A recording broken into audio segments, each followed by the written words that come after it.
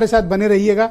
वीरेंद्र जी भी हमें डिबेट में ज्वाइन कर चुके हैं। वीरेंद्र जी, मैं देख रहा हूं कि भारत में बड़ी ही गंभीरता से बांग्लादेश के घटनाक्रम को लिया गया। हालांकि हम ये उम्मीद कर रहे थे कि आज कुछ भारत की सरकार और स्थिति क्लियर करेगी शेख हसीना और बांग्लादेश को लेकर, लेकिन अभी सिर्फ कंसर्न जताए गए हैं और ये बताया गया कि टेम्परेरली उनको इस्लाम अभी दिया गया है उनकी रिक्वेस्ट पर। अभी अंतिम निर्णय इस पर नहीं हुआ है। वीरेंद्र जी, देखिए, भारत ने आज जो बयान दिया और जो कदम उठाया है, ये एक तरह से बेहद भारत के लिए उपयोगी कदम है और भारत की साख के अनुरूप है।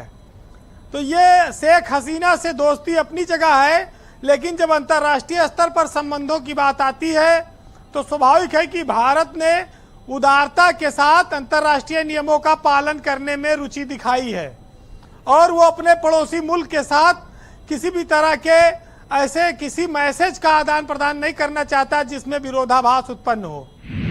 ब्रजेश जी, शुरुआत इस बात से भी की जा सकती है कि बेकल उत्साही हैं। उन्होंने लिखा था कि ये दबदबा, ये हुकूमत, ये नशाए दौलत, ये सब किराएदार हैं, घर बदलते रहते हैं। आज ये सब अपनी आंखों से पूरा हिंदुस्तान और पूरी दुनिया देख रही है। ये लाइनें बड़ी चरितार्थ हो रही हैं। शेख हसीना पिछले 2 दिनों से उत्तर प्रदेश में है, शरणार्थी के तौर पर हैं। गाजियाबाद में गेस्ट हाउस में उनको रोका गया है।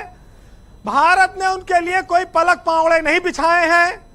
उनको जो उन्होंने एक अनुमति मांगी थी एक मित्र के तौर पर, वो भारत ने उनको दी है, लेकिन अस्थायी तौर पर उनको भारत अपने यहाँ कोई शरण देगा इसकी कोई संभावना नहीं है।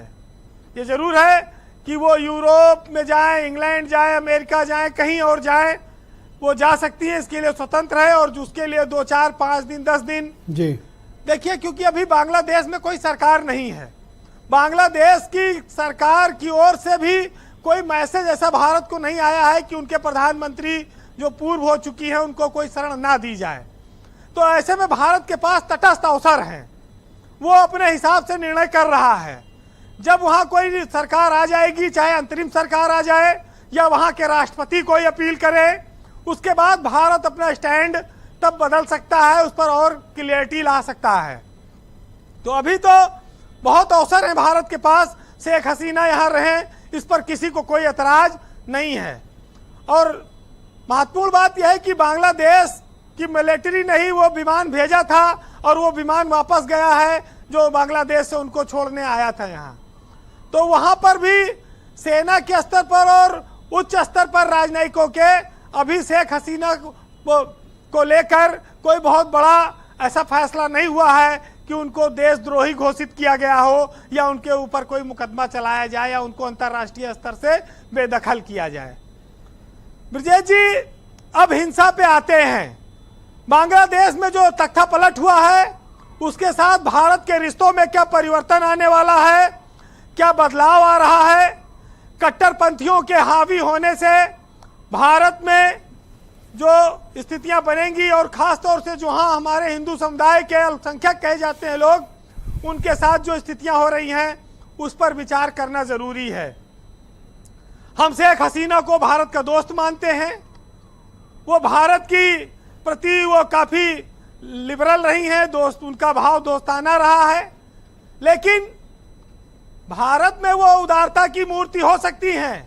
अपने देश में आज वो एक तानाशाही वाली प्रवृत्ति और मूर्ति लिए खड़ी है और वहां पर उनकी छवि एक हिटलर शाही, एक डिक्टेटरशिप की रही है, जिसकी वजह से आज इतना बड़ा आंदोलन पैदा हुआ है। वैसे देखिए, अब वो कभी बांग्लादेश तो लौटेंगी नहीं। वो अपने जीवन की राजनीतिक पारी खेल चुकी हैं। 72 साल की उनकी उम्र हो चुकी है। अब उनके पास ज्यादा वक्त नहीं है कि वो आके यहाँ पर बांग्लादेश में लोकतंत्र की दुहाई दें, मुकदमों का सामना करें और फिर आगे चलकर वो जनता में लोकप्रिय बने जी। तो लोकतंत्र की दुहाई देने का उनके पास भी कोई अवसर नहीं, क्योंकि जिसने अपने हाथों से लोकतंत्र को कुचला हो वो अब लोकतंत्र का आड़ लेकर बच नहीं सकता है। तो भारत के कई हजार बच्चे फंसे हैं, नागरिक फंसे हैं जी। बांग्लादेश में पढ़ाई करते हैं, काम करते हैं, उड़ानें बंद हो गई हैं, बॉर्डर सील हैं, लोग कैसे आएंगे? बंगाल, त्रिपुरा, आसाम, मणिपुर, तमाम जगहों से पेट्रोलिंग चल रही है, सतर्कता चल रही है। अब 53 साल में जो एक देश बना था, उसके बर्बाद होने का धुआं, उसके बर्बाद होने की तस्वीरें, मंदिरों को तोड़ने की, हिंदुओं को मारने की, ये सब चीजें लोग देख रहे हैं। हमारे यहाँ कहते थे कि 2 टके के आदमी भी नहीं हो तुम। आज वही बांग्लादेश का टका 2 टका के भी नीचे चला गया। जो उनकी मुद्रा है राष्ट्रीय टका, वो टका भी अब किसी लायक नहीं बची। तो टके की जो तुलना भारत में बहुत पहले होती थी, आज वो अपने असली स्वरूप में पहुंच गया, यानी कि कौड़ियों के भाव। जी वीरेंद्र जी।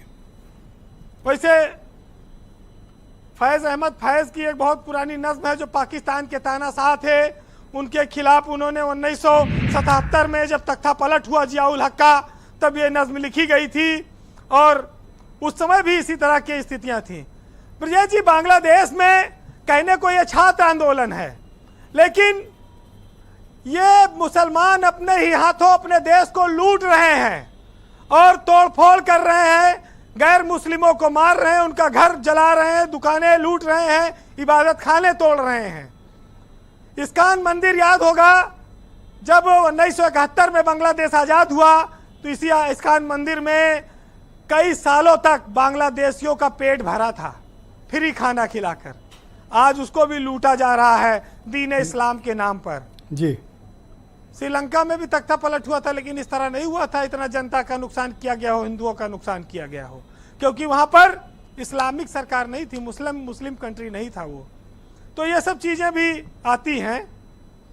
बहरहाल सुनिएगा, फैज अहमद फैज की एक नज्म है, ये तब के हालात पर लिखी गई थी 1977 में, कि लाजिम है हम भी देखेंगे वो जिस दिन का वादा है जो लौहे अजल में लिखा है, जब जुल्म व सितम के कोह गिरा रुई की तरह उड़ जाएंगे हम महकूमों के पांव तले, जब धरती धड़ धड़ धड़केगी और अहले हकम के सर ऊपर जब बिजली कड़कड़ कड़केगी, जब अर्ज खुदा के काबे से सब बुत उठवाए जाएंगे, हम अहले सफा मरदूद हरम मसनद पे बिठाए जाएंगे और सब ताज उठा ले जाएंगे, सब तख्त गिराए जाएंगे।